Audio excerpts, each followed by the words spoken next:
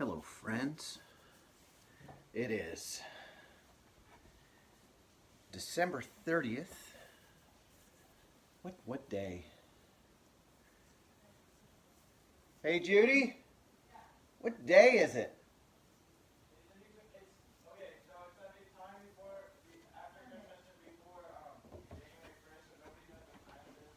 Yeah. Monday? Sunday. Oh, it's Sunday. Today is Sunday, the 30th of December. Welcome to whatever this is. It's good to see my good buddy Seth, J. Robert Dobbs, and it's good to see Reverend Thaddeus here.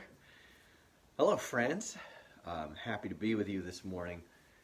A little different mode from usual because these trips are funny.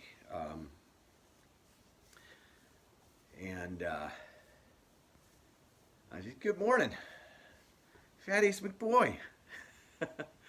I feel like I'm a little bit at a loss because I don't have my knife box. And also my knife box is sure to run out of knives sometime in the next month. You know, when I get nervous, I just kind of pull a knife. But here, let's talk about, here's my daily carry on this trip. Street legal in some state. Used this to cut the head off an eel yesterday. We caught an eel, and my son sawed the head, and then the hook was deeper down, so I gave it a whack, and it was 3 pieces of eel. And eels are gnarly. Hey, Judy, did we ever check the crab trap? Eel is still in the crab trap, and the crabs are not. There were no crabs, right? All right, so we're playing around out here. I'd like to show you guys where I am. I'm in the southern Georgia area, coastal.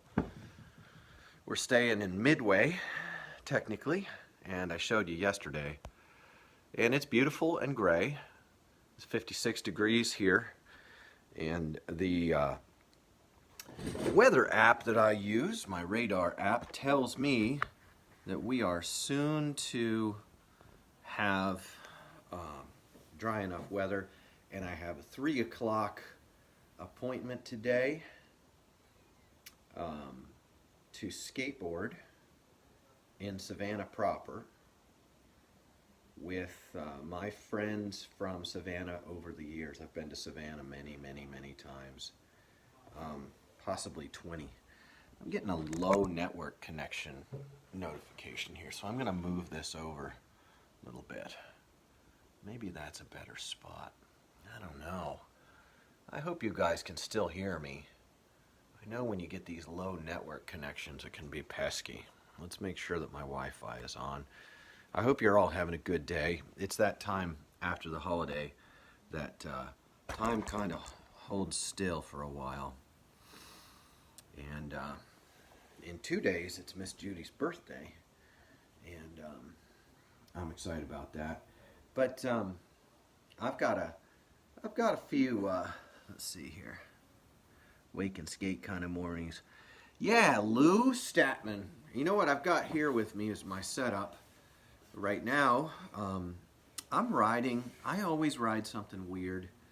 I took the Never Was shape, and it has a nice tapered nose on it, and it has a tapered tail. I usually run a wider tail. I love wide tails on my boards, but this has a tapered tail, and it has about a 15.6 wheelbase. That's long.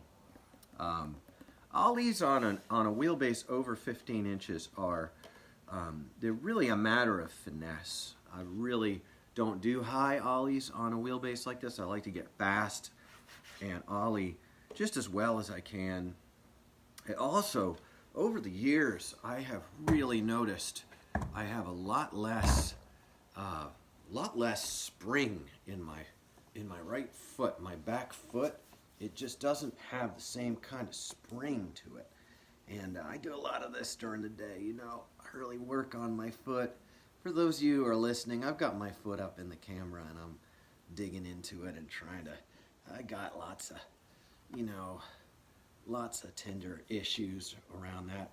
And when I point my foot, it doesn't go quite as flat as it used to. So I've been stretching it, see if I can get that pop back. For 7 years now, I've had an Achilles tear that has been getting stronger every year. So I'm happy. Achilles tears are really tricky because they can get worse and worse. And you definitely don't want that. Mine didn't get worse and worse. It got better and better, but it's been 7 years that I've been physical therapizing my Achilles tear. And it's one reason why I don't do a whole lot of jumping around and stuff. You see me do a lot of frontside grinds because I'm always splitting that difference. Got my shoes off right now, but I got my skate shoes here. Nice pair of Vans mid tops, and they're good enough to skate in, and that'll do. But 3 o'clock today, I'll be going, and I've got I got for Christmas, I got a new camera, and to tell you the honest truth, this new camera, it has me somewhat intimidated. It's got a really wide field of range on it, and I don't know quite much what to do with it because it's so different to everything else I've been running. A little bit high class, maybe a little bit more high class than I'm used to. And as you can see, I accidentally left home my bunch of really good camera tripods. Thaddeus McBoy gave me a wonderful tripod that's in the workshop, and now that I have my other ones, I can bring that out.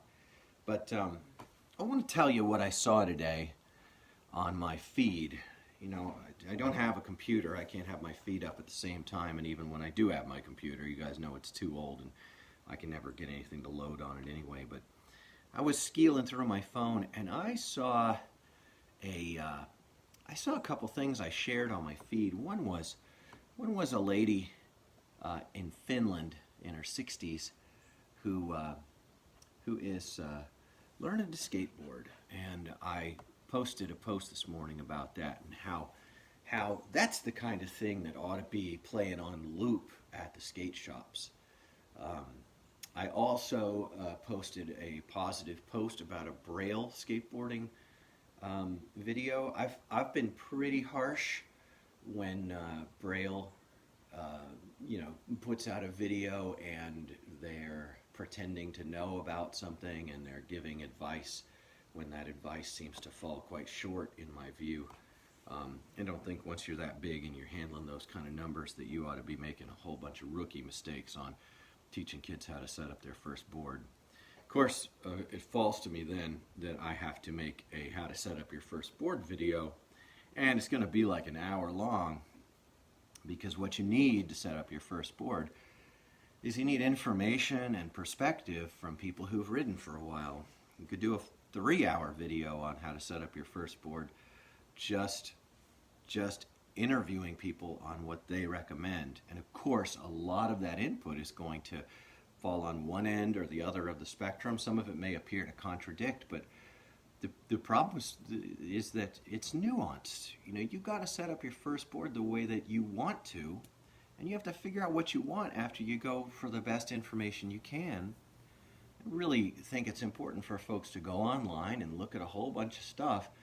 And a lot of these videos that talk about setting up your first board are just shelling out some foreign-made piece of junk skateboard deck with a picture on it, instead of talking about wheelbase and talking about width and talking about the effective corners and the importance of how long your nose is and how kicked your nose is. And boy, I'll never forget when the Ride Channel did their 1 finger, 2 finger of flat behind the drillings in the tail, and how, boy, that one got me rosy in the cheeks. I'll tell you what, that made me mad, because that's really not a very good standard. So, Edward Pigeon, what are you doing? I'm down south, and Ed Pigeon always, when he calls me, he always says the same thing. He goes, "What are you doing?" And it's the best question ever, because I'm usually blowing it. I'm usually blowing it somehow or to some degree, and to have Edward Pigeon tell you how you're blowing it is so helpful. in our last conversation. By the way, Edward Pigeon, if you're still on the feed, I want to tell you something. It was either the same day or the day after you and I spoke that a kind and generous person donated 5 complete setups, all with nice, big, soft wheels, wide setups, shaped boards. Donated 5 complete setups to me, almost all virtually unused. And I'll be using those for this year's skate clinics, which I'm starting in Cincinnati. Edward, are you freezing in the 50s over there? Because here, Brandon Stevens, hey, good to see you, buddy.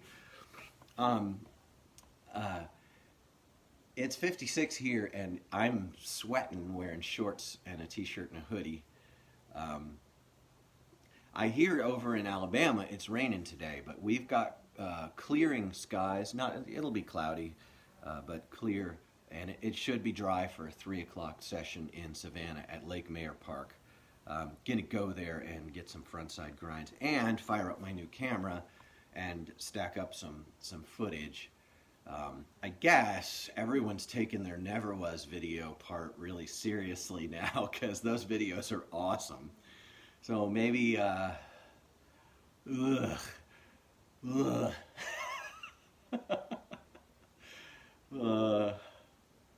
guys, I'm just not a good skateboarder, you know. Okay, that's a tricky one.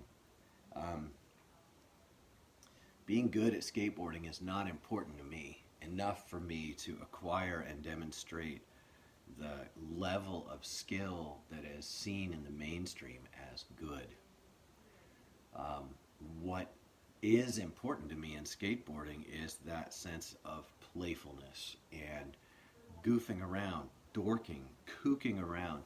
You know, I had a great visit recently from Joe Makarsky, amazing photographer Joe Makarsky, and he's one of the Never Was people, one of my people. And Joe came to visit for a few days, and we got out on my DIY, and we just did those hand-down frontside rock and rolls, which they're so convenient for me because of all the, well, I'm older, and I've really, my knees have been good for a long time. I've been pretty gentle on my system and not super ambitious to get like famous for being good. And those hand-down front rocks are really fun to do. And he and I just did those for like an hour. We just did them again and again and again and again and again. Just played with them, you know, just playing around and being dorks. And that was a real win for me. Way better than coming out to a spot or a park where there's like, one thing I really reject is performance pressure. And I think we all should examine our own hearts and do the best we can to come out from under and get free from performance pressure in skateboarding, because it's really not good. Seeing folks, is that what they're called, the Drunken Sailor? That's a great name for it. Jordan Murray, it's good to see you on here, man. But I was really stoked at this video. It's on my Facebook feed, and I shared another video last night that was actually sent to me by someone in my messenger, and it is a video of what I'll just call heavy guys, big guys. Dance monkeys dance. Tommy Story. Last night I shared a video of heavy guys who were skating way better than I do, doing more tricks than I do, more flip tricks than I'd ever care to do. I'm not against doing flip tricks, I just don't want to. They make my knees hurt, they make me tired. I'm not out there to, I already got the girl, so I'm happy to, hey, good morning, Rick Roper, good to see you, buddy. I want to encourage everyone to enjoy themselves on their skateboards, to enjoy play. And if play is a 3-flip, well, good on you. I mean, that's just impressive and awesome. Brandon, are we going to be staying at the Road Warrior again? I'd love to. We have stories from the Tampa Bro staying at the Road Warrior Hotel. I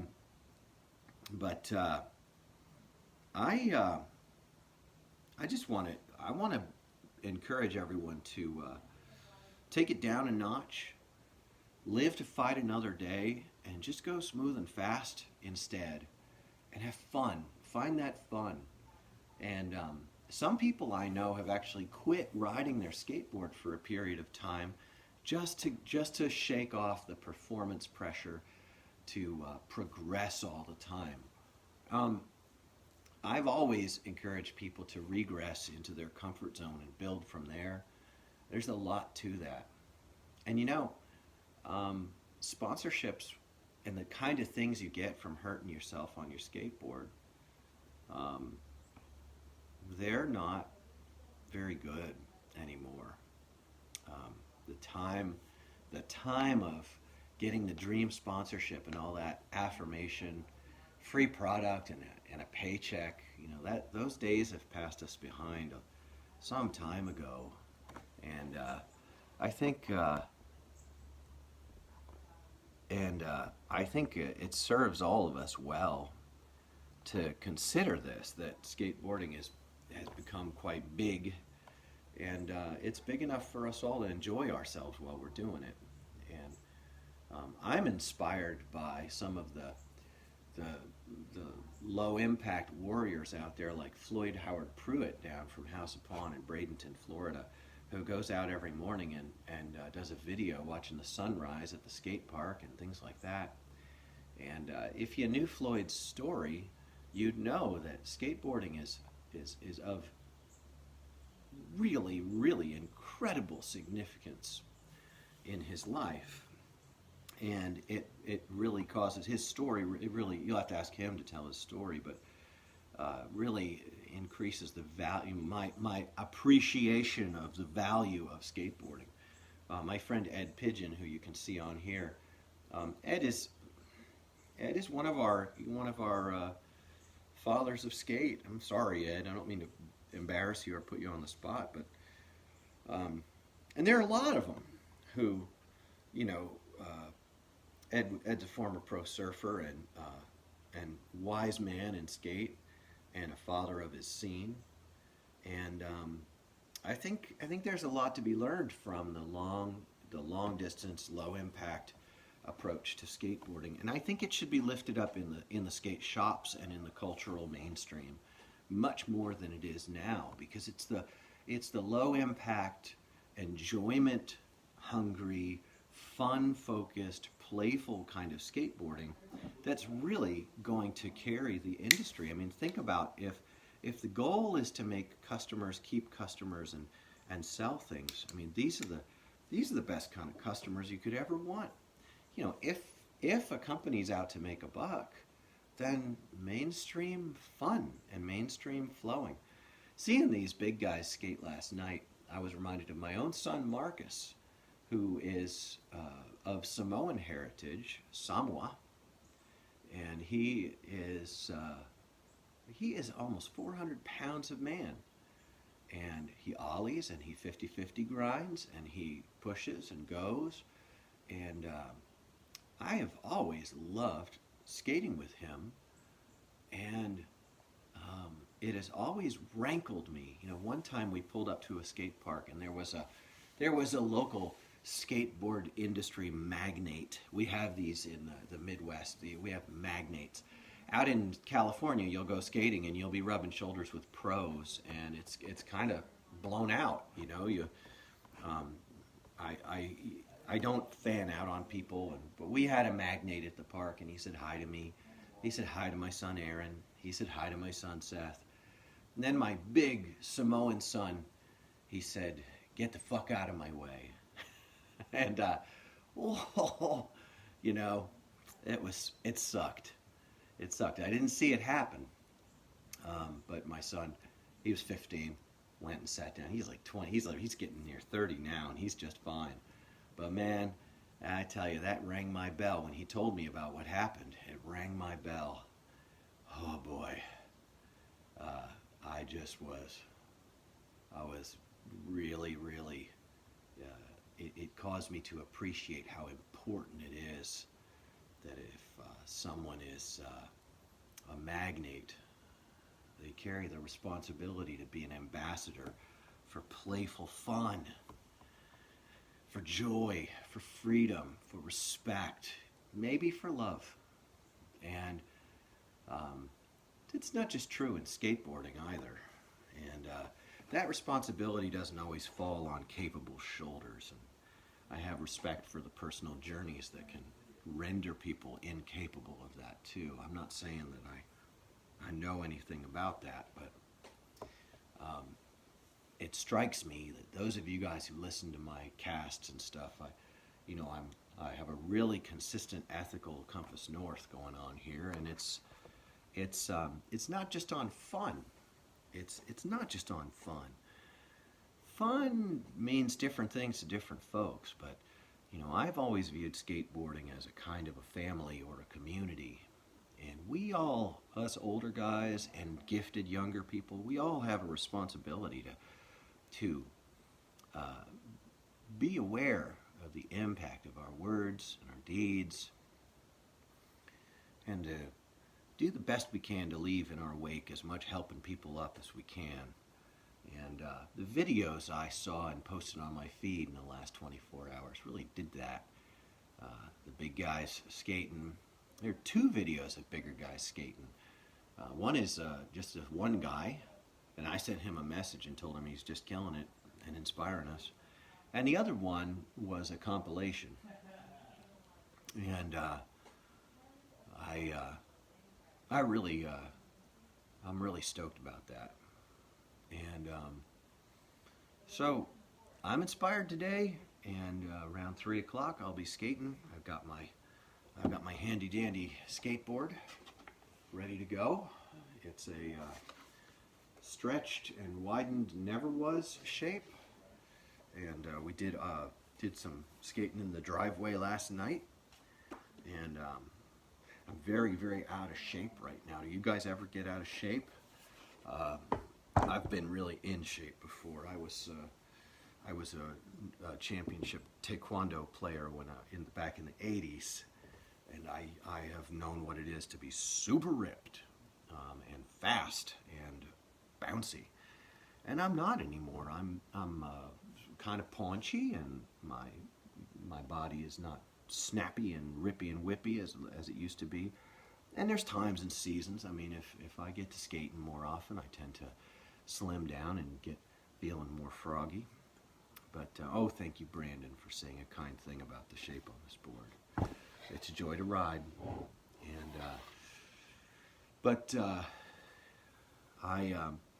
my goal when I ride today is to enjoy the ride like a roller coaster. Just take it out there like it's a roller coaster under my control. One thing I never liked about roller coasters is you can't steer them, but you can steer this anywhere you want to go. And I'm going to stay barefoot until I skate today because I'm on vacation. I'm going to enjoy that. And I'll get some clips, and I'll try and post up a little video, but who knows, I might sit on it. If you guys check out neverwasskateboarding.com, I think that's what it's at, you'll find some things written by people who are smarter than me and who understand it even more. And it's so good to see Casey O'Hara on the feed today. Everybody, enjoy yourself out there today. I'll be posting again soon. And if you were listening to this today, I kept it light as best I could. We've got some heavy things to discuss in skateboarding, and that's part of the purpose of doing these. But today is just a going skateboarding day, and boy, I don't like filming very much because it puts you in two places at once, and I like to be in one place at once.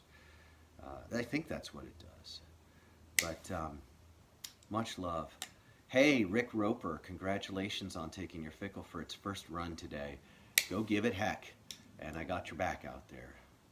Much love. Johnny Davidson, good to see you on here. I can't wait to see you in Tampa this February, or end of February, early March.